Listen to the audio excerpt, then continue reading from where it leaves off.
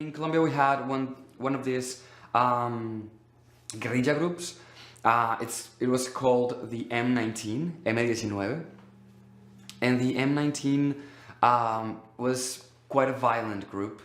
They had these amazing thinkers. They had great people in there, involved themselves into very violent acts. There was one that was the take of the Palace of Justice in Bogota in 1985, and it was terrible. A lot of people died, and a lot of people, even more people died when the government tried to retake it. So it was a terrible night, a dark night. But then the government started, dialogues with them, and they gave up arms. It was very interesting because it was the very first time that the government achieved like this peace agreement. The problem was that when they gave up arms and they founded the UP, la UP, Unión Patriótica, a political party, some groups started to assassinate their members. So this is the 80s, the 90s. It was one of the first political massacres in the world, recognized as so. Well, then in Colombia we have other guerrillas. You can think of las FARC, which is the guerrilla the government signed the peace agreement with in 2016, and a lot of people gave up arms and are trying to reincorporate themselves into society and are trying to build a better future for Colombia. But some people of las FARC decided to keep on being a guerrilla. They are called disidencias, dissidents. I don't know if that's a word in English, but the dissidents. So yeah, it's quite complicated with them because right now we are in the middle of that process. And the ELN, la ELN, el ELN, el Ejército de Liberación Nacional, it's another guerrilla group, particularly violent as well as FARC, and way harder to start a dialogue with. So right now that's in big terms the scenario with the guerrillas. Then there are the paramilitares, which is even harder to understand. Paramilitares are armed groups, and you would say that's a guerrilla as well. Well, yes, but paramilitares tend to have a right-wing ideology. They have been related to some high-profile politicians in Colombia, which is complicated. And there's this deep, terrible war between guerrillas and paramilitares, and the towns of Colombia find themselves in the middle of fire, and I want to tell you a story. This story just haunts me at night. There was a man, his name was Rodrigo. Rodrigo lived in Santo Domingo, a town in Medellín, in Antioquia, near Medellín. And there was a wounded man, and he took him to his house, and tried to heal him, blah blah blah. And then the next week, the paramilitares killed this man because the man he helped was guerrillero. So yes, but he was trying to help someone. He was not part of la guerrilla, he was not part of anything. He just helped a man and helped the wrong man.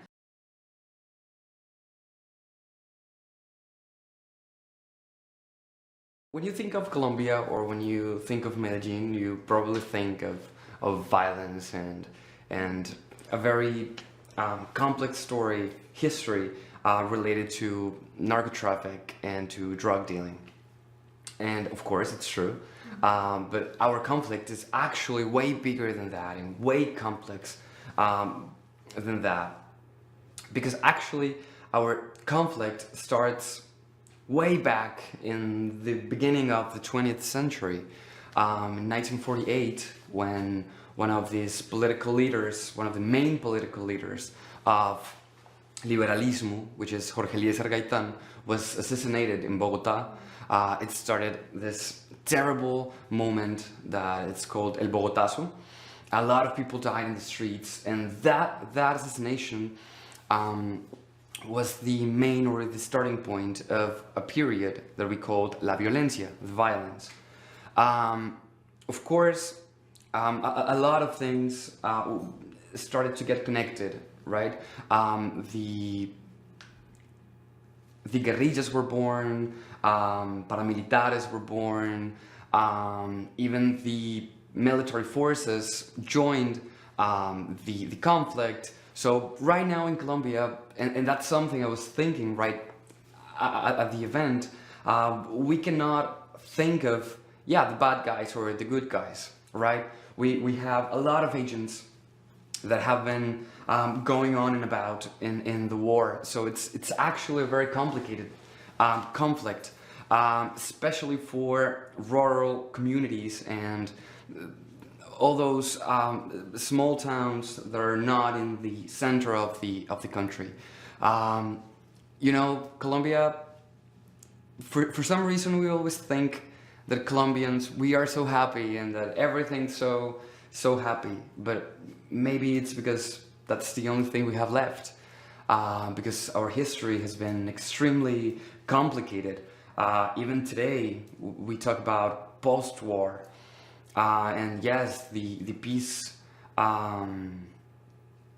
the signature of the peace agreement and blah blah blah, but you know, we are still in the middle of a war. And right now, Museo Casa de la Memoria in Medellín, Colombia, is a museum that's trying to create memory and to protect memory in the middle of a war.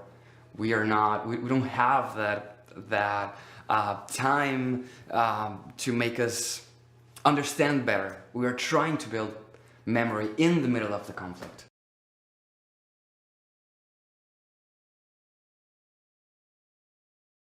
Right now, when you get to an airport and you hand your Colombian passport, they double check you, right?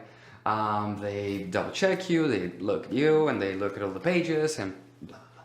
And I understand that's because of drug dealing in the 80s and 90s. I'm extremely aware of that. But the thing is that carteles, when you stop thinking about, yes, they created a bad image about us in the world, blah, blah, blah, the carteles actually, they were like putting fire in this already big fire. They started paying money and giving guns to guerrillas and paramilitares, and they made the war even worse, right? So yes, it was actually a very complicated moment, and it's particularly complicated when you understand that a lot of politicians of the 80s and 90s had a lot of relations with drug dealers, especially with Pablo Escobar, for example, right? But we as Colombians, we don't want to hear that, and we don't want to hear about our politicians doing so, because those politicians are still alive and are still in the politics, which is so complicated. Drug dealing probably were the worst thing that could happen to Colombia, but it was the right, perfect time. You know, it was a very complicated scenario in the country. A lot of people were afraid. A lot of people were trying to overcome la violencia, the 40s and 50s and 60s violence. A lot of people were trying to move on with their lives after all of the desplazamiento. I don't know how to say that in English, I'm sorry. After all of the movement from the countryside to the cities. So yes, it was the perfect time for someone who looked like Robin Hood Said like, okay, we're gonna make life better for everyone, and I'm gonna build neighborhoods for everyone. It was the right time for that to happen, and that left a mark, an unerasable mark in our country.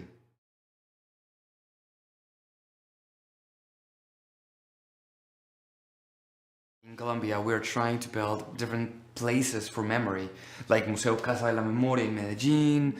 In Bogotá, there is el Centro Nacional de Memoria Histórica, the National Center for Historical Memory. They're trying to build, and I hope someday they will finish it, the National Museum of Memory in Bogotá, because there are a lot of different moments in our history that are extremely important to remember. So if you ask me, do we still talk about that? I would say yes. Not enough, especially because we still have to talk about what's going on today. Right now in El Catatumbo, which is a zone in Colombia, right now we have a very big conflict going on in there with armed conflict, with armed groups. And a lot of people are having to get to the cities, or trying to flee their territories. And right now we have another big problem with migration. You already know what's going on in Venezuela. And right now a lot of people from Venezuela are coming to Colombia.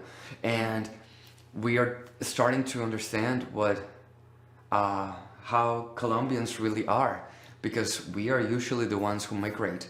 But right now that we are seeing other people migrate to our territory, we don't like it.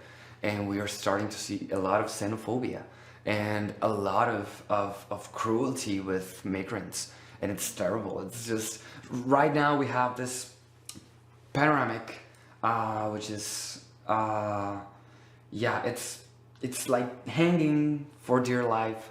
And we are, trying to still understand what's going on.